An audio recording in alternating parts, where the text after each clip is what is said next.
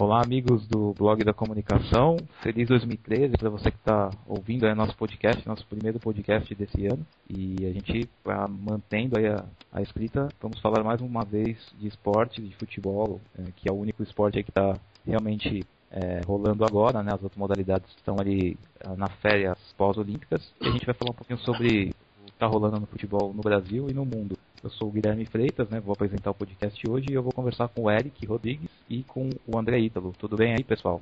Tudo bom, Guilherme? Tudo bem, André? Tudo bem? É um prazer falar com vocês nesse início de ano para a gente comentar os acontecimentos esportivos dessa temporada. Tudo bem, Guilherme? Tudo bem, Eric? A todos os ouvintes do blog da comunicação. Feliz 2013 a todos. Fazia tempo que eu não participava, então é um prazer maior poder conversar com vocês sobre futebol, que é sempre gostoso de conversar. E vamos lá, que tem muita coisa aí para discutir, né? Sim, verdade, né? O Leandro Lopes, que ia participar do podcast, também não pôde gravar, mas ele queria falar de futebol americano, mas no próximo ele vai dar uns pitacos aí sobre o futebol americano. Ele fala sozinho, né? É verdade. Falando do outro futebol, né, o futebol mais famoso, aqui no Brasil a gente está em ritmo de pré-temporada ainda, né? Os clubes estão se acertando, os elencos estão voltando de férias, começando a pré-temporada, mas a gente já teve aí algumas contratações, né? O próprio Corinthians apresentou o Pato, foi talvez a grande contratação desse começo de ano. Já fechou com o Renato Augusto também, meio campista. A gente teve o Dagoberto deixando o Inter para o Cruzeiro, teve o Santos trazendo o Montilho, o São Paulo também já trouxe reforço, né? Trouxe o Lúcio, o Negueba, que já machucou. O Palmeiras acabou dispensando o Marcos Assunção. Enfim, o mercado tá se agitando, né? Eu queria saber de vocês o que vocês acharam aí dessas primeiras contratações, né? Quem contrata melhor, quem tá comendo bola. O que vocês podem dizer aí? Sobre o Corinthians, sinceramente, assim, a contratação do Pato foi muito badalada, né? Todo mundo falou bastante do Pato, mas eu, sinceramente, achei que a do Renato Augusto foi uma contratação melhor. Porque a do Pato foi muito arriscada. A gente não sabe como é que o Pato vai vir aqui no Brasil. A gente sabe como é que ele vai estar fisicamente. Foi muito caro. 15 milhões de euros, se não me engano. O cara custou pro Corinthians em torno disso, né? Sim, foi a maior, assim... A maior contratação do futebol brasileiro envolvendo um clube brasileiro. Assim, eu achei um investimento muito alto para um jogador que não é tão seguro, assim, que não tem um retorno tão garantido. Já o Renato Augusto, acho que é um jogador mais regular, jogando bem na Alemanha. Já se Coca-Cola algumas vezes, é um cara que pouco se machuca, é um jogador muito forte fisicamente. Eu acho que o Renato Augusto vem para somar bastante ao Corinthians. O Pato, não sei, né? É uma incógnita. O Corinthians está confiando aí no departamento médico deles, que vai conseguir recuperar o Pato. Vou esperar, né? Eles devem ter um cartão na manga em relação a isso. Concorda também, Eric? Eu concordo. É uma contratação de alto risco. Ninguém duvida da qualidade técnica do Pato, que já mostrou tudo o que sabia quando saiu daqui do Internacional para o Milan. Mas o problema é físico, né? Ele nos últimos anos não rendeu. Se não me engano, ele jogou só em 17, 18 partidas na última temporada pelo Milan. E mesmo assim, fazendo poucos gols, atuando pouco tempo. Mas o cenário do Corinthians é um pouco diferente, né? Um time que foi campeão do mundo, tem um elenco que é forte, é um time muito bom, muito competitivo. Então eu vejo que ele não chega como salvador da pátria nesse momento. Ele chega com um estado de uma aposta muito cara, mas ele não vai ficar com esse encargo de resolver tudo para a equipe. Então, nesse cenário, acredito que seja possível ele se recuperar e mostrar todo o seu futebol. E, além disso, tem o objetivo de voltar para a seleção, tá aqui mais em evidência para o Filipão. Então, essas duas particularidades talvez façam valer a pena o investimento do clube.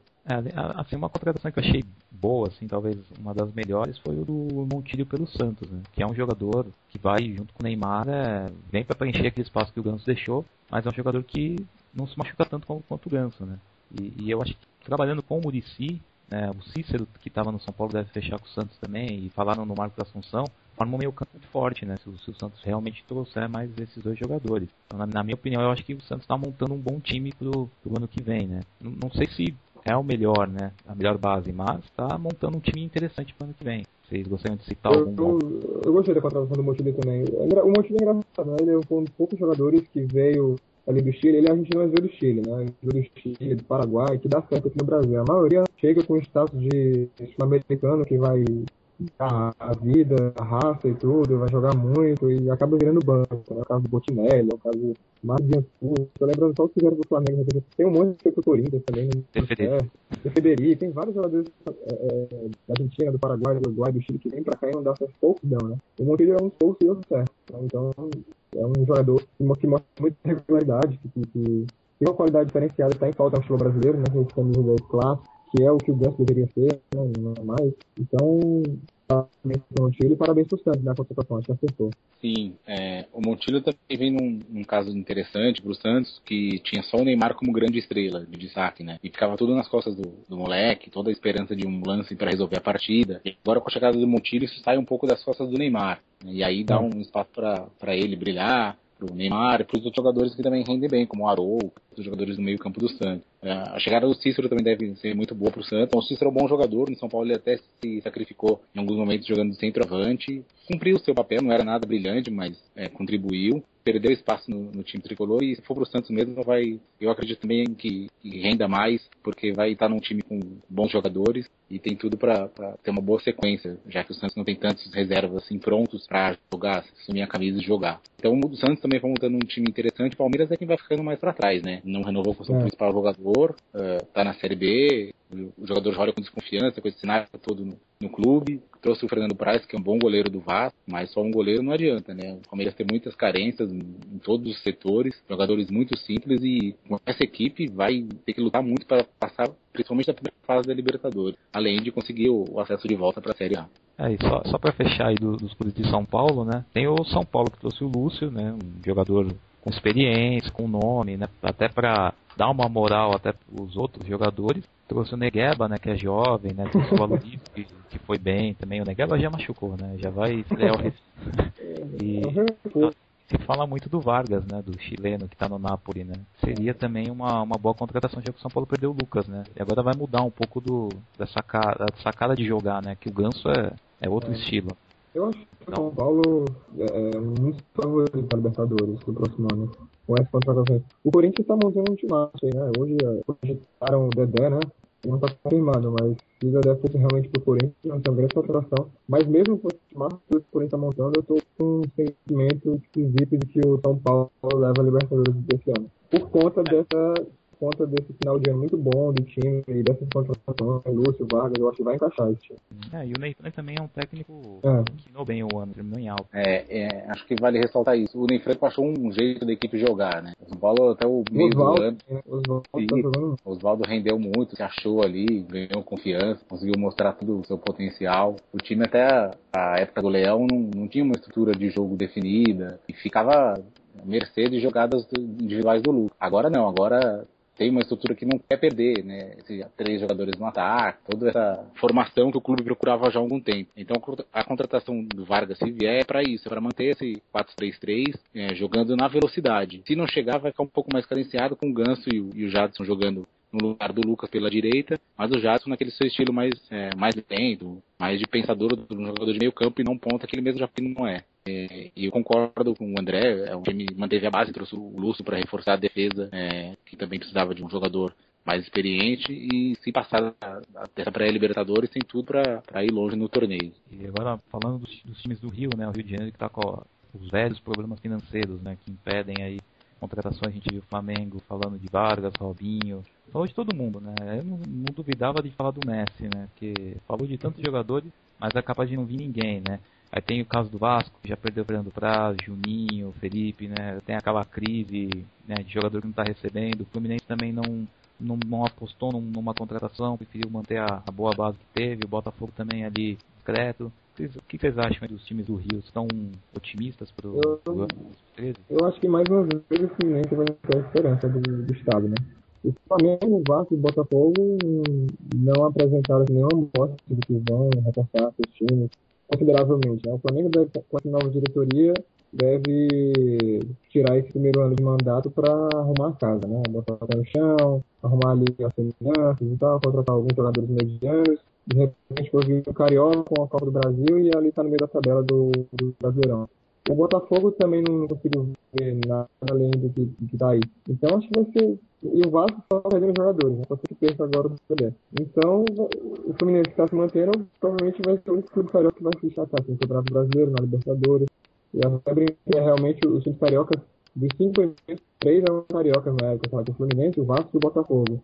Mas foi aquele fogo de palha, né? O Botafogo e o Vasco foram caindo e o Fluminense manteve campeão. Mas, e esse ano a tendência continua assim, principalmente o Fluminense e os outros clubes cariocas ali no meio da tabela.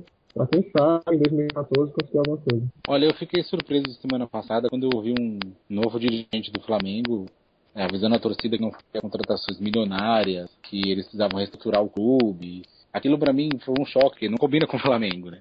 A gente tá acostumado a ver dirigente do Flamengo falando, não, vamos trazer, como o Guilherme falou, Messi, Cristiano Ronaldo, estamos sondando o Riquelme, que toda vez é sondado por muitos times brasileiros. Então, eu achei estranho, mas gostei, porque é um sinal de que essa nova administração sabe que precisa arrumar, porque o Flamengo não vai passar da Taça Guanabara se continuar com isso, de gastar o que não tem, de ficar devendo. Jogador nenhum hoje quer ir pro Flamengo porque sabe que o clube não paga em dia. Então isso pega mal e uma hora vai reverter em fila de títulos, em descrédito de torcida. Então esse pessoal que assumiu, pelo menos nesse primeiro momento, parece sério e sabe que vai ter que sacrificar nos primeiros anos com um time modesto, depois explorar todo o potencial do clube e aí conseguir reverter isso em renda.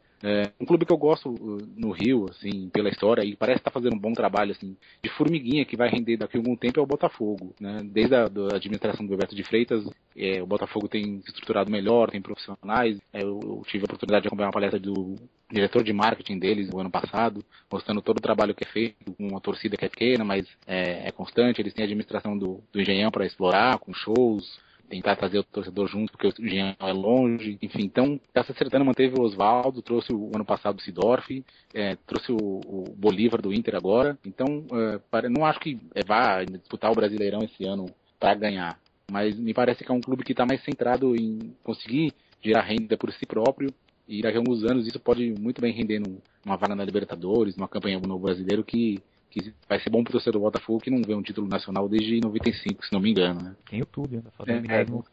Tem na busca do milésimo, esqueci desse grande fator. Legal.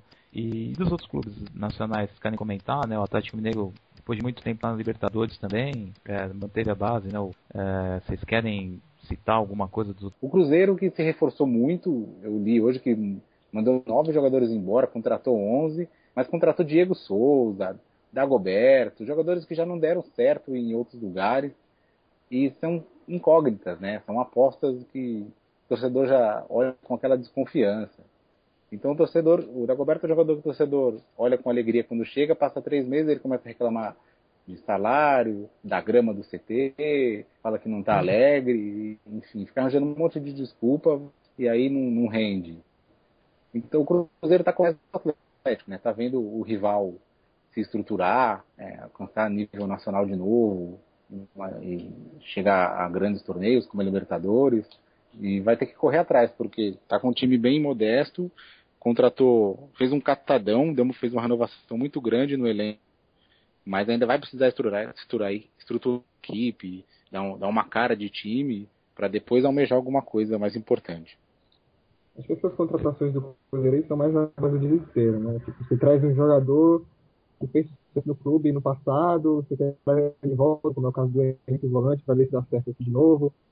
Aí você traz o Diego Souza, que já deu certo no Vasco, o Palmeiras vai estar encostado lá no Oriente Médio. E aí você traz o Dagoberto, que está começando a rodar de clube em clube, tá meio que no desespero só para dar a torcida e ver se sai alguma coisa esse ano. Aquela contratação que é só para dizer para a torcida, falar, a gente foi atrás, não deu certo, fazer o quê? É do futebol. Mas quem acompanha já sabe que é difícil esse tipo de jogador render num clube que precisa mostrar resultado logo. Bom, deixando então o futebol brasileiro para trás, vamos falar um pouquinho sobre essa eleição da FIFA, né? O Messi de novo foi eleito, né? Era quase certo, né? Para não dizer que tinha emoção, né? Depois da temporada que ele fez, né? Batendo recorde de gols, mantendo uma grande regularidade nas partidas, tanto pela Argentina como pelo Barcelona, foi eleito pelo 4º ano seguido o melhor do mundo, né? Superou Cristiano Ronaldo e o Iniesta.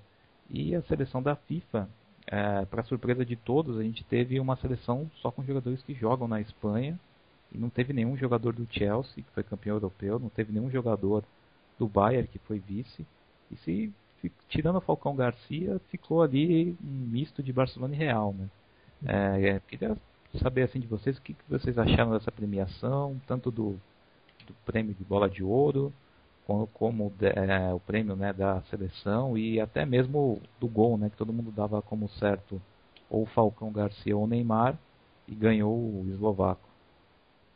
Sobre o Messi, Guilherme, foi até engraçado. Eu lembro que quando era mais ou menos em junho, julho, eu achava que esse ano o Messi não ia levar o prêmio. Provavelmente seria o Cristiano Ronaldo. Por quê?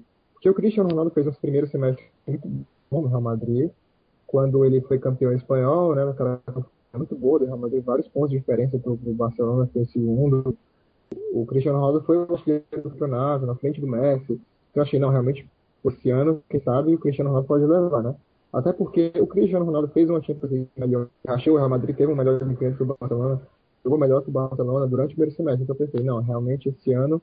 Mas aí vem o Messi no segundo semestre, começa a bater recorde atrás de recorde. E aí não tem como não dar o prêmio pro cara. Né? Foi novembro, dezembro e a escolha ficou indiscutível. Messi não tinha problema. Eu acho que o prêmio pro Messi é extremamente justo. Ele é, sim, o melhor da nossa geração aqui. E é um sério candidato a um dos melhores de todos os tempos. E o Cristiano Ronaldo vai ter que conviver com isso. Ele fazendo o biquinho não, que não gostou, que gostou, vai ter que conviver. O Cristiano Ronaldo é um grande jogador, né? Só que ele teve o azar de nascer na mesma época do Messi. Enquanto o Messi estiver andando, ele não vai conseguir superar o argentino, porque o Messi é melhor que ele.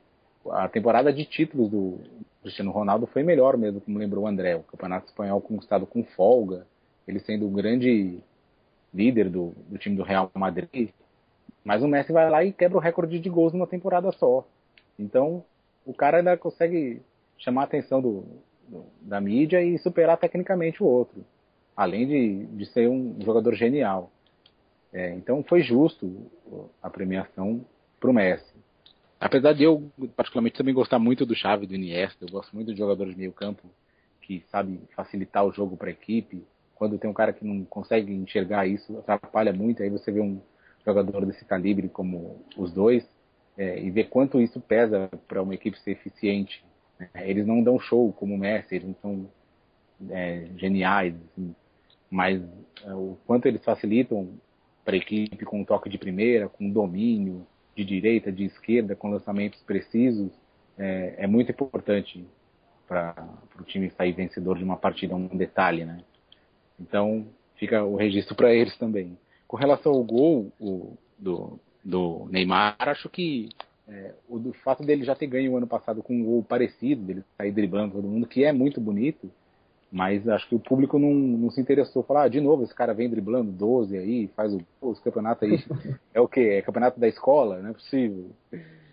Além do gol do jogador do Fenerbahçe ter sido muito bonito, não é fácil acertar um chute de primeira daquela distância. Então, acho que o Neymar vai ter que fazer outra obra-prima, e é bom, porque aqui vai ser fácil, né? Ele pegar um Mojimirim aí no Paulista, ele vai conseguir pelo menos chegar na indicação novamente. Sobre só uma coisa, o nome dele é Miroslav Stoch, né, o que fez o gol. É esloveno. Sobre o Cristiano Ronaldo, o Eric chegou a comentar que ele teve azar de nascer na mesma época do Messi.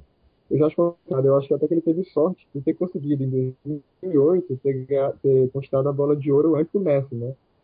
Pelo menos ele pode dizer que ganhou uma, né? Já que naquela época, em 2008, o Messi não chamava tanta atenção ainda estava na carreira dele, enquanto o Cristiano Ronaldo já estava mais consolidado. Assim, aí sobre a seleção, realmente foi um exagero que você divide praticamente o time inteiro entre Real Madrid e Barcelona. Eu acho que o goleiro do Bayern de Munique, Neuer, podia estar nessa seleção. Outros jogadores do Bayern, como o Lang, ou o próprio Schweinsteiger também. Mas acho que o Bayern de Munique tem mais opções de jogadores que fizeram uma temporada espetacular do que o Chelsea, né? O Chelsea foi aquele time mais conjunto, mais na raça. Não teve um jogador que se destacou assim, que foi genial durante a campanha da Champions League. Já eu acho que o Bayern tem, como eu já citei. No entanto, mesmo com esses nomes que a gente falou, do Bayern, do Chelsea, eu acho que não tem como fugir da maioria do time ser composta por Real Madrid e Barcelona. Claro que não precisava ser de 10 jogadores, né? Podia, sei lá, ter 7, 8. Mas, infelizmente, os grandes jogadores do futebol mundial estão distribuídos no Real Madrid e Barcelona. Eu acho que dava para ter entrado aí o Felipe Lan, o próprio Drogba, né, que carregou praticamente o time do Chelsea até a final, né, fazendo gols em momentos decisivos. Citaram até o próprio Pirlo, né, que foi bem na Euro também. Enfim, é aquela coisa, né, de votação popular, votação de capitães, acaba acontecendo essas coisas, né, de um vota no amigo, o outro vota no conterrâneo e aí fica nisso, né. Sobre essa seleção de melhores da FIFA, eu não concordo com a presença de jogadores só que atuam na Espanha.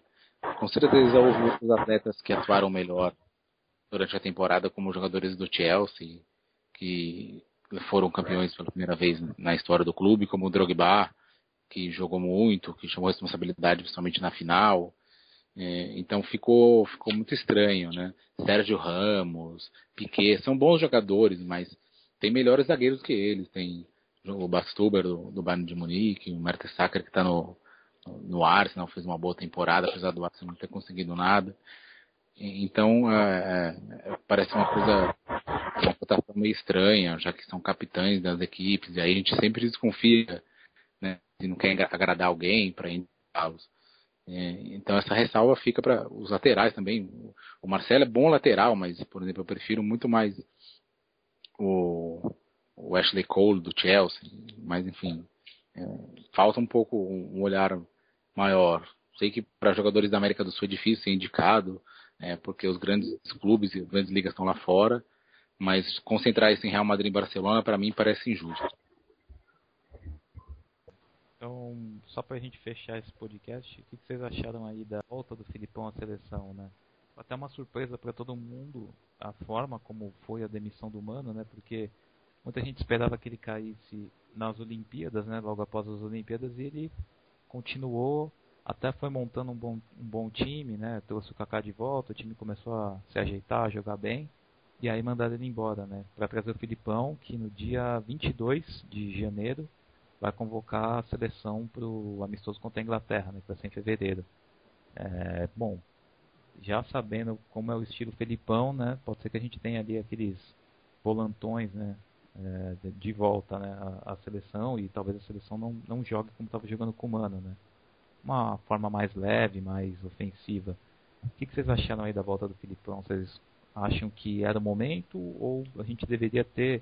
A gente não, né, a CBF deveria ter mantido o Mano Menezes, pelo menos até a Copa das Confederações? A CBF a gente foi esperar qualquer coisa, né? Os caras demitem o Mano quando o time começa a ficar bem e trazem o cara que era o treinador do Palmeiras e caiu. Mas, apesar de tudo isso, eu gostei. Apesar desse esquisitice, eu gostei. Porque, por mais que o Mano tivesse melhorando a seleção, por mais que ele estivesse crescendo no comando da seleção, eu acho que o Mano não tinha potencial para ir muito além daquilo, não. A gente precisava de mais. Eu acho que com o Filipão a gente pode ter mais do que a gente poderia ter com o Mano. E a questão do Palmeiras, apesar de ele ter sido o treinador que, digamos, rebaixou o Palmeiras, a gente não tem muito como culpá-lo, né? O time do Palmeiras é muito ruim. Tem mais a que agradecer ao Filipão em ter conseguido ganhar a Copa do Brasil, não apesar de ter rebaixado o clube.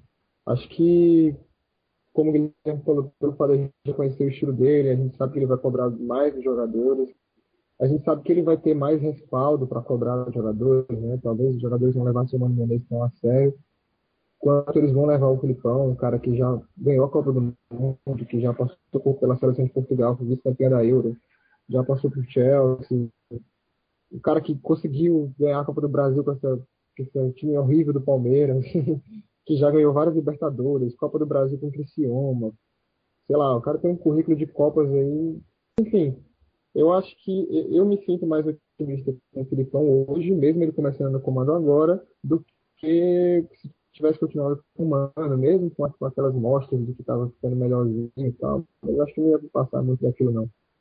Acho que a gente tem mais motivos para acreditar que agora dá para ganhar a Copa do Mundo. Não, eu não gostei da saída do Mano, não. Eu já não fui favorável à entrada do Mano, mas agora pra mim ele estava acertando o time. A chegada do Kaká deu uma aliviada na responsabilidade que os garotos tinham, como o Neymar, como o Pato, o Ganso e outros. E aí o time estava começando a se estruturar, mostrar um futebol mais envolvente. Tudo bem que jogou contra times fracos, mas já era um caminho. Mas a saída do Mano já era um pouco evidente desde a queda do Ricardo Teixeira, né? O José Maria Marim nunca deu confiança para ele no cargo, sempre foi muito evasivo nos comentários e acho que o próprio Mano já esperava isso, essa demissão uma hora ou outra. A única coisa que podia segurá-lo era o ouro das Olimpíadas, que não veio, e aí foi questão de tempo ele ser demitido. Eu também não gostei da chegada do Filipão, acho que é um retrocesso, mas não posso negar o currículo vitorioso que ele tem e o potencial que ele tem para formar grupos vencedores. Então ele consegue extrair de grupos, como ele fez com o Palmeiras, por exemplo, do grupo simples, um time que consegue ganhar uma Copa do Brasil. Tudo bem, na sequência foi rebaixado, teve um sério problema de elenco, mas ele tem essa coisa de formar essa família escolar que foi denominada aí, e aí conseguir fechar o grupo para um torneio de tiro curto, principalmente numa Copa, que são apenas 7 jogos em 30 dias, né? Então, acho que em termos de futebol, de atratividade da seleção, não é legal. É um técnico que não traz nenhuma novidade. Para o futebol brasileiro, em geral, não acrescenta. Mas é o que pode apresentar resultado efetivo agora, que é a vitória na Copa do Mundo. Eu queria ver um trabalho maior, a longo prazo, que não fosse focado tanto em ganhar a Copa, mas sim trazer a seleção de volta para perto do torcedor, a ser agradável para o público, ter o respeito, a admiração internacional, como já teve há muito tempo. Como o próprio Guardiola falou no prêmio da FIFA, e já falou outras vezes que ele é fã da seleção brasileira, que inspirou ele a jogar futebol, que ele gostava de ver a seleção de 82. Então isso a gente perdeu e pelo jeito não vai ter de volta. A seleção virou um cabide de comércio da CBF e a única coisa que interessa é ganhar. E o torcedor vai ficando vendo esse time de resultado pragmático, o Filipão vai encher de volante e vai ter uma chance boa de ganhar a Copa, mas não vai ser aquela coisa agradável aos olhos como a gente já teve um dia. O comentário do Eric a respeito da seleção é interessante porque a gente fala que mas nos dias de hoje isso não é mais possível, mas é possível, né? A gente está vendo a Espanha aí jogando muito, um futebol muito bonito, um futebol que dá gosto de ver, e os caras estão lá na Europa, vivendo esse mercado de futebol louco aí, de compra e venda, e os caras estão conseguindo formar uma seleção que jogasse bonito. E daí os caras gostam de vestir a camisa da Espanha, e lá, mesmo a Espanha sendo um país tradicionalmente separatista, e os caras estão lá vestindo a camisa e jogando bonito e ganhando títulos. Esse tipo de coisa, isso mostra que esse tipo de coisa também é possível no Brasil, né? A gente só precisa de planejamento, de uma formação melhor na base. Isso é uma coisa que vai demandar tempo, mas tem que haver essa preocupação desde já. É verdade, né? Até porque o Brasil ganhou o último Mundial Sub-20, né? Que foi 2011, se não me engano, né? Sim. Foi até que o Oscar fez, acho que 2 ou 3 gols na final. Então o Brasil sempre está revelando jogadores, né? Continua revelando. Só que tem que ter essa coisa que o André falou, né? Um planejamento melhor, um trabalho em cima deles melhor, desde a base até os times profissionais. Mas eu acho que o Filipão pode impor assim mais respeito aos jogadores. Acho que poucos levavam o Mano Menezes a sério, mas ganhar a Copa do Mundo aí já é outra coisa, né? Os outros times também têm seleções muito fortes, então acho que vai ter muito trabalho do Filipão, mas jogando aqui no Brasil pode ser que aconteça alguma coisa, o time jogue bem, a torcida contagie, mas a princípio eu acho que ele vai ter muito trabalho para conseguir ganhar a Copa do Mundo, né? Vamos ver como é que ele vai sair na Copa das Confederações primeiro. Só para completar também uma coisa que eu lembrei, isso é legal de falar, Guilherme, essa mudança também passa pelo público, né? Um exemplo que eu gosto de citar é o da Alemanha, que sediou a Copa em 2006, caiu nas semifinais e acabou o jogo, o torcedor aplaudiu a equipe, porque viu ali que tinha um time bom, que ia render frutos num futuro próximo. Tanto que hoje a Alemanha é uma das principais seleções e tem tudo para fazer mais uma boa campanha e talvez até ganhar essa Copa em 2014. Então a gente também tem que parar com essa cobrança de só ganhar, de só ganhar. A gente não vai ganhar tudo sempre. O Brasil passou 20 anos na fila para ganhar uma Copa. Então o torcedor também tem que entender que mais do que fazer um time para vencer, tem que fazer um time que pense a longo prazo, que monte uma equipe com jovens que tenham potencial, com jogadores experientes. Também ter essa visão de que perder faz parte do jogo. E perder em casa é normal. Não é porque está jogando em casa, é porque tem a obrigação de ganhar. Tenho certeza que se perder a Copa aqui no Brasil, e a chance disso acontecer é grande, vão ficar falando de maracanazo, vão excomungar alguém que errar uma bola. Basta ver o que aconteceu com o Felipe Melo em 2010, que tinha feito bom primeiro tempo contra a Holanda e hoje não pode nem andar na rua aqui, que vai ser xingado.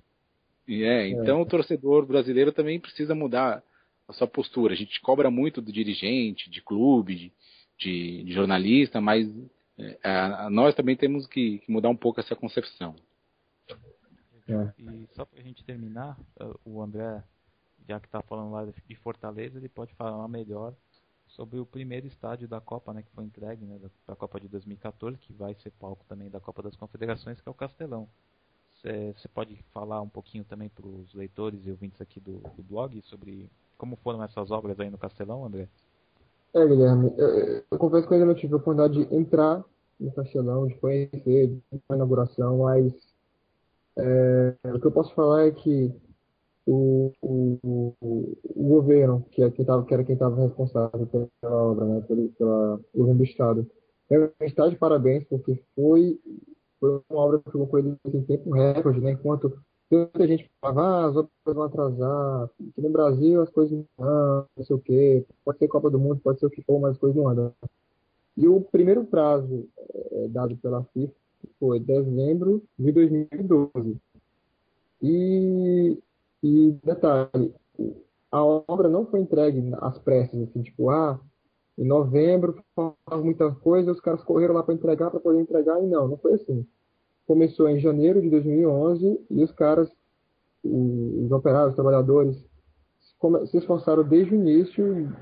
Em julho já estava, em julho, em agosto já estava quase tudo pronto. De agosto até dezembro, foi só realmente os detalhes finais, foram retoques finais para o Castelão ficar pronto. Teve uma viagem de inauguração no dia 15 de dezembro, se não me engano, com o show do Fagner, foi muito legal, aberto ao público, foi bem bacana. E realmente foi um exemplo dos outros estádios, né? Por exemplo, Natal está muito atrasado. Até mesmo os estados que vão disputar a Copa das Confederações, que vão estar na Copa das Confederações, tem vários ainda atrasados, como o do Rio de Janeiro, o de Brasília. Só quem estava mesmo adiantado foi o Castelão e o Mineirão lá em Belo Horizonte. Então, para a gente, é engraçado. Durante todo esse período de obras, para a gente era um motivo de orgulho, né? Pô, o Castelão está ficando pronto logo, o Castelão está ficando pronto logo e tal.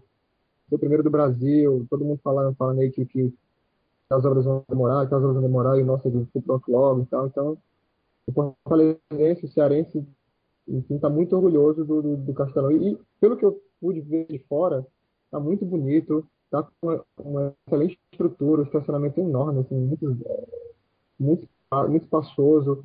Estão fazendo também, ainda não foi concluído, mas tem bastante obras para alargar as vias de acesso, as avenidas de acesso ao Castelão. Vai passar uma linha de metrô lá também, enfim. Tá muito bacana a questão do Castelão para a Copa das Confederações e para a Copa do Mundo. E para cá, para Fortaleza, ainda não é legal isso, porque aqui a gente tem dois clubes com grandes torcidas, né? O Ceará e Fortaleza. Então é aquela coisa, o Castelão aqui jamais vai ser um elefante branco, como provavelmente vai ser em Cuiabá, em Manaus. Legal.